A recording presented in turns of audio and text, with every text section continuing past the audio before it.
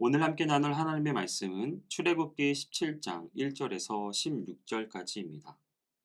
200만 명이 넘는 엄청난 숫자의 이스라엘 백성이 거친 광야를 행진하여 마침내 르비딤에 이르렀습니다.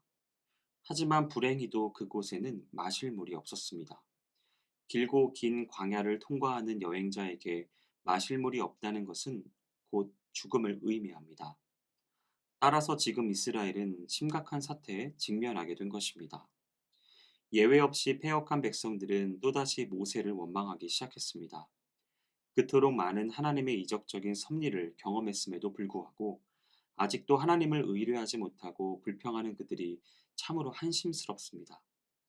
사실 그 당시 백성들에게 필요했던 것은 마실 물이 아니라 하나님께 대한 온전한 신앙이었습니다. 아무튼 광야에서 갈증에 시달리는 이 백성들의 모습은 오늘날 이 세상에서 영적, 육체적 갈증에 시달리는 현대인의 우리의 모습과 매우 흡사합니다. 이제 르비딤 물 사건을 통해 물 없는 광야 같은 세상을 살아가는 우리에게 주는 교훈을 살펴보았으면 좋겠습니다. 첫째, 우리에게 주는 교훈은 세상은 물 없는 광야와 같다는 것입니다. 계속되는 광야 여행으로 인해 지칠 대로 지친 이스라엘 백성들은 설상가상으로 생명 같은 물까지 구할 수 없게 되었습니다. 완전한 절망이었습니다. 사실 그들은 신광야를 떠나 르비딤으로 오는 동안 르비딤에만 도착하면 타는 갈증을 해결하고 잠시 평안한 휴식을 취할 것으로 기대했었습니다. 그러나 그 같은 소망은 사라지고 실망한 그들의 입에서 탄식이 흘러나왔으며 그 탄식은 어느새 원망과 원성으로 바뀌고 말았습니다.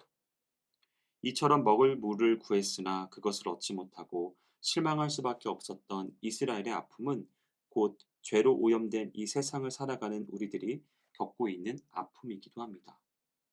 비록 이 세상은 급속한 물질 문명의 발달로 인해 풍요롭고 윤택한 생활 환경이 조성되었다고 하지만 여전히 외로움과 두려움이 느껴지는 황량한 광야와 같고 갈증으로 인해 죽어가야 하는 사막과도 같습니다.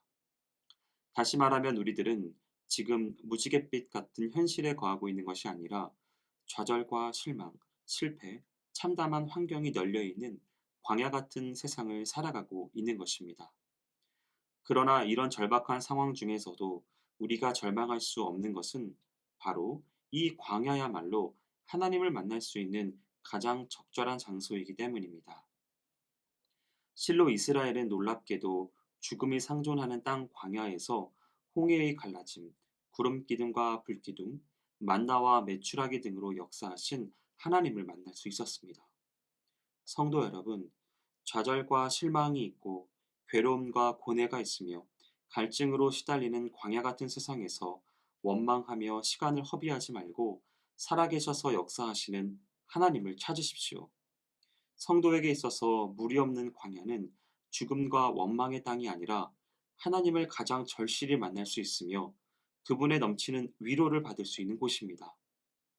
이러한 사실을 모르는 사람들은 메마른 세상에서 하나님을 찾지 않고 갈증을 해소할 물만 찾으니 더욱더 깊은 절망의 늪으로 빠져들어갈 수밖에 없습니다. 오늘 본문을 통해서 얻을 수 있는 두 번째 교훈은 사람들은 욕망이란 갈증에 허덕인다는 것입니다. 갈증에 시달린 백성들은 그들을 지금까지 인도하신 하나님을 찾기보다는 물을 찾기에 급급했고 급기야 모세를 원망하고 있습니다. 이것은 어떤 면에서 하나님을 기억하지 않고 물질만을 추구하며 사는 현대인들의 모습과 흡사합니다. 사람들은 광야 같은 세상에서 영원한 만족을 얻지 못한 채 각종 갈증에 허덕이고 있습니다. 안타깝게도 그들은 돈과 명예와 권력의 갈증에 허덕입니다. 더욱이 그들은 이러한 갈증을 해결하기 위해 더 큰 갈증을 불러들입니다. 이처럼 어리석은 자들을 빗대어 어떤 현자가 말하기를 황금이 흐르는 강물처럼 많을지라도 인색한 부자의 탐욕을 채울 수 없다라고 했습니다. 그렇습니다. 인간의 욕망이란 바닷물 같아서 마시면 마실수록 갈증은 더욱 심해지는 것입니다. 한 부자 청년이 왜 예수님을 찾아왔겠습니까? 그것은 해결되지 않은 인생의 갈증 때문입니다. 그렇다면 인생의 갈증을 해소할 방법은 무엇일까요? 오직 한 가지 뿐입니다. 오직 그리스도만이 인생의 생수를 제공한다는 마지막 교훈입니다. 갈증을 호소했던 이스라엘 백성 중에는 하나님을 찾는 자가 아무도 없었지만 모세만은 하나님을 찾았습니다. 그리고 하나님께서 계시해 주신 바대로 호렙산 반석을 쳐서 물을 솟게 했습니다. 바울은 이 사건을 언급하면서 바로 그 반석이 생수의 근원이신 그리스도라고 말했습니다. 옳습니다. 참으로 인생이 필연적으로 겪어야만 하는 갖가지 갈증을 해결할 수 있는 분은 오직 예수 그리스도 한 분뿐입니다.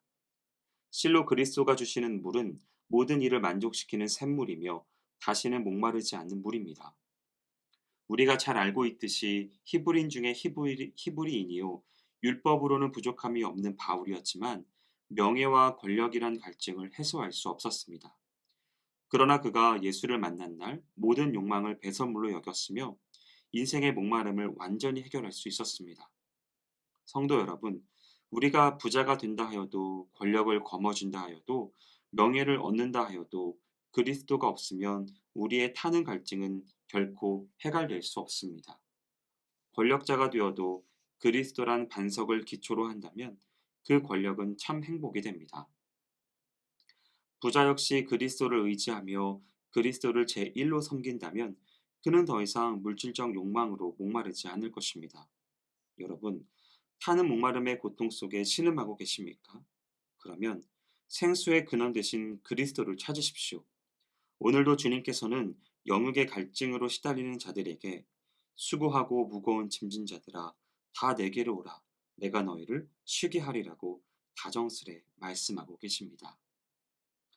사랑하는 성도 여러분, 출애굽 직후 이스라엘이 직면해야 했던 현실은 고달픈 여정과 물없는 광야였습니다. 그러나 그러한 현실은 그들을 절망의 나락으로 떨어뜨리기보다 그들로 하여금 당신을 더욱 의뢰하게 하시려는 하나님의 은혜의 산물이었음을 잊지 말아야 합니다. 하나님께서는 기갈을 느낀 그들에게 반석에서 샘물을 나게 하심으로써 그들을 해갈시켜 주셨습니다. 이로써 백성들은 하나님만이 그들 생존의 유일한 해답임을 깨달았던 것입니다. 어쩌면 우리도 출애굽한 이스라엘 백성처럼 거친 광야 같고 물 없이 기갈할 수밖에 없는 것 같이 이 세상을 살아가야 하는 피곤한 여행자라 할 수 있습니다. 하지만 하나님께서는 이러한 척박하고 메마른 현실을 살아가야 하는 우리에게 날마다 새로운 힘과 용기를 지닐 수 있는 은혜를 주셨습니다. 그 은혜가 바로 우리에게 영생의 샘이 되신 예수 그리스도입니다. 할렐루야.